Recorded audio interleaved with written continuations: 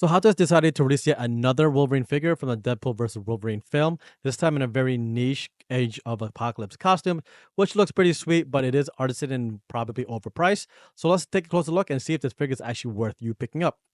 Hey, what's up guys, this is Ben, welcome back to the channel. So today we got a nice little interesting new Hot Toys figure to preview. Right, this one features another Wolverine figure from the Deadpool vs. Wolverine MCU film that was released last year. Right, but this time he's rocking one of his Logan variant costumes that you saw in the film, Age of Apocalypse, right? Now what's interesting is I believe this is the 5th or 6th Wolverine figure announced by Hot Toys that from the film, making it around over a dozen actually, right? I don't think this was actually the best choice, also in my opinion, to turn it into a high cost artisan edition, right? Now, personally, I would have preferred the brown suit, right? The one when he was kind of fighting the Hulk, because that one I feel like is different and has enough uniqueness to it versus something like this where it's a little more niche. And maybe not as many fans of the actual suit, right? Now, another big question is where's the rest of the Resistance team, right? The one that was promised or teased to us a while back, such as Gambit and Elektra. Still waiting on those, right? But hoping to see some more news on that with the next couple of months. But this figure is, like I mentioned previously, definitely a little niche. It does have a lot of nice details to it, especially at first glance, right? But I feel like there's going to be some underlying issues with it down the line, right? Especially with the hair, maybe the clothing material, and just the actual figure body itself. But we'll have to take a closer look at that as we actually get these in hands. So let's dive into it and see if this is actually worth picking up. Now, in terms of accessories, he does come with some pretty nice goodies that we can see here, right? It is artisan edition, so you're gonna get more expensive and pricier stuff with it, right? It's priced around $375, so definitely again more expensive than your standard figure, which is typically $100 less than this, right? Now, in terms of the kit itself, he does come with those separate rolling eyeballs, which we commonly see. The wool hair, right? This looks pretty great so far, but it still kind of worries me in terms of you know just how much hair there really is both on his face and actual head. But we'll have to dive more into that later in the video and see what the underlying issues may be. But he does have that really cool, like seamless upper body. So you get the silicone arms, the chest that kind of sticks out, and sort of that nice, clean, muscular tone for him, right? He also comes with a number of different claw accessories, including that open right hand, right? The left arm stub, and the stub with the actual claws retracting through it, which is nice, right? So they've been able to capture that and give that to you straight from the comics, right? Also, that base looks pretty sweet in my opinion. It has a really nice post-apocalyptic vibe to it. So it has some nice details to it, generally speaking. And his kit is pretty good. But again, for a $375 price tag, makes you wonder what he's really missing here, right?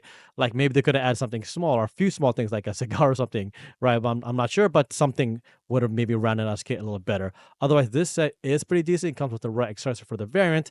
And I'm glad they've been able to include what they actually have here. So not too bad. Now, jumping into the figure body design itself, it does look pretty great so far, right? In terms of the actual costume itself, looks pretty standard, but it actually stands out much better than I would have expected, right? There is a ton of nice stitching throughout the costume, everywhere from the like chest area down to the actual legs. Now, the black paint application rather on the material came out good, especially like the additional nice red tones and lines that they have throughout the actual costume. The red lines are also elevated, right? Giving you that nicer premium feel to it. And it's not flat, right? So you actually stand out better, especially in a display standpoint, right? Now, the issue with the costume to me is the actual material, right? It's likely that this may actually deteriorate over time, especially if you start posing him constantly, right? And even if you apply some like TLC to it, I just don't think it's gonna hold up after a few years. Now you may be able to increase the length of the cloth like material, but just giving it or putting it in like a Cuban controlled area with proper sort of spacing and lighting away from the sun. But don't know, right? So just be like cognizant of that because this figure may deteriorate, like I mentioned previously, over time, right? But in terms of the actual articulation of the body and feel of it, it does look like it has that all hands down pretty well, right? His arm movement, especially at the shoulders, do extend well, so it'll allow you to like rock multiple claw slashing type of poses, and like the arms look like they can actually bend properly at the joints. Also, the knee and hip joints also look pretty solid, right? Especially in some of the shots that you see here when he's fighting Deadpool. So you'll be able to get all those action and dynamic poses pretty well with him, which is good. And the seamless arms won't give you any bend, which is incredible, right? So overall, the design of the figure does look pretty sweet so far, especially the seamless arms. and just the way they've been able to be delivered there.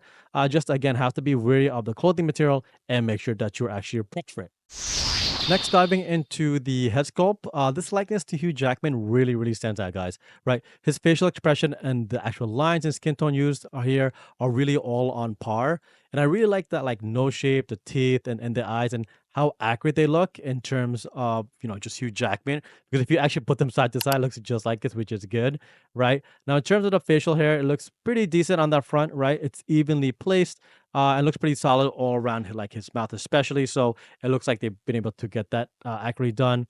Now, as for the head sculpt, hair itself, that wool material looks pretty solid, especially it being wool. Looks like it's pretty good and implanted well. So I don't think you can have any issues there.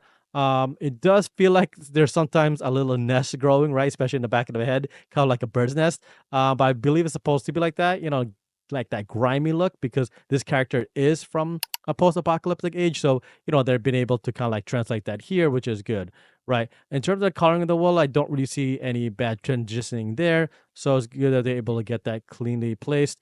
Even the length was done good and has some nice variation from the front to the back. So it gives you like sort of a wave, but not too like clean.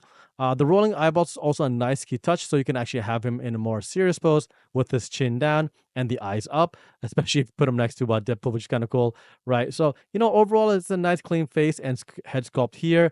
But again, remember, guys, the wool hair can be a problem and maybe start to fall out as it's done with other Hot Toys figures in the past. So, like with the clothing material concerns that I have, do provide this more with some extra TLC.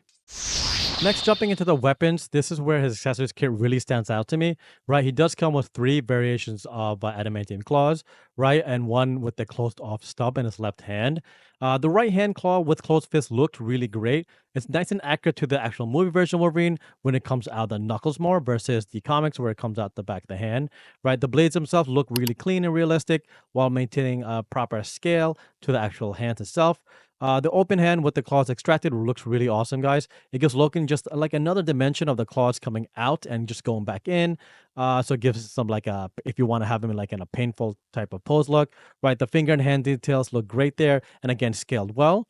The claws with the stub coming out is definitely accurate and well done as well. The stub itself looks standard to me, but has some really nice sculpting to round out like all the elevated lines all around. So it's more than just like a solid piece of mold, which is good. Coloring of the stub and the claws match also well, keeping that vibranium aligned look. One thing I maybe would have liked for them to have added was like a little weathered or damaged look to the stub where the actual claws come out. Right now it looks a little too clean at the moment for me. Otherwise, it's not bad at all and still looks all right, especially if you want to keep him like in a cleaner looking like museum pose. So not bad. But overall, an excellent set of weapon accessories for Logan here, and it's really right on par with the film and what they game would provide there for him there. So excellent job by Hot Toys. So there you have it, folks. Thanks for joining me today as we took a closer look at the new Age of Apocalypse Wolverine figure being released by Hot Toys soon. Right? Remember, this is an artisan edition, so it's likely it'll sell out really fast, if not already. But the recording of this video, there was a low stock alert, so just be on the lookout and pick it up as soon as you can if you do want it. It'll retail for around $375 and expected to ship out around Q2 to Q3 of next year. All right, but overall, this is a good, solid artisan figure of Wolverine. But again, I'm not sure if it's better to own versus the other several options of Wolverine to date now, right? Also, his costume was delivered very well by Hot Toys. But me personally, I'm probably going to hold off on this and just hope they release the brown suit version because that's one of my more favorite suits that he's rocking, right? But nevertheless, this is a good artisan edition to sort of own if you like this costume of Wolverine, right? But let me know in the comments what you think about this Wolverine figure and whether you plan on picking him up at all. And don't forget to smash that subscribe button for more content and the coolest Marvel figures around. Until next time, folks, keep on collecting.